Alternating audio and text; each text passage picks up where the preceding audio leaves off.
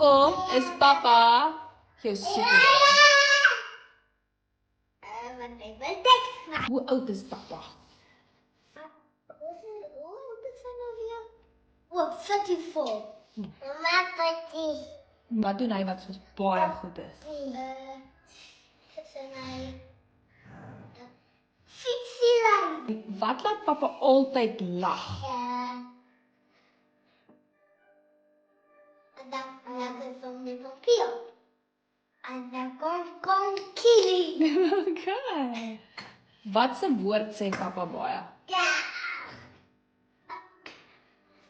Dat is een woord.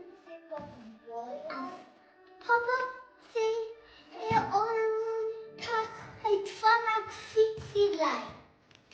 Wat is papa se favourite ding om te doen saam met jou? Zonder fietsie. Wat doen papa as jy stout is? Hij mijn pak. Oh. En met het dan gaan hij met de moeite. Gee papa lekker drukkies?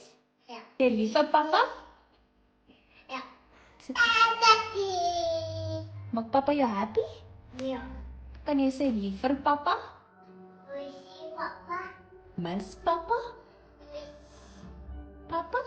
Papa. As papa 'n superheld kon wees, wat 'n superheld sou hy gekies het? Superman. Ja, en weet je hoe kom hij wel weer? Nee. Van Superman heeft zonder de twee muscles op één arm. Hij is zo'n kou en hij heeft zonder de twee muscles op één arm. Ja, Papa se favourite kos is. chicken. Ja, maar chicken nog op tijd. Wat het papa al vir jou geleer? Doei. Wanneer voel jy op jou happieste saam papa? Avond.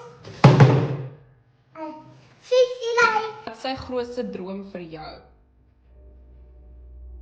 Om een fietsleier te wees. Hoe weet jy papa is lief vir jou? Papa. I love you. I love you too, Bella. Wie hou jou safe? Papa. Hoekom is jy lief vir papa? Ik ga niet vervelen. Aside.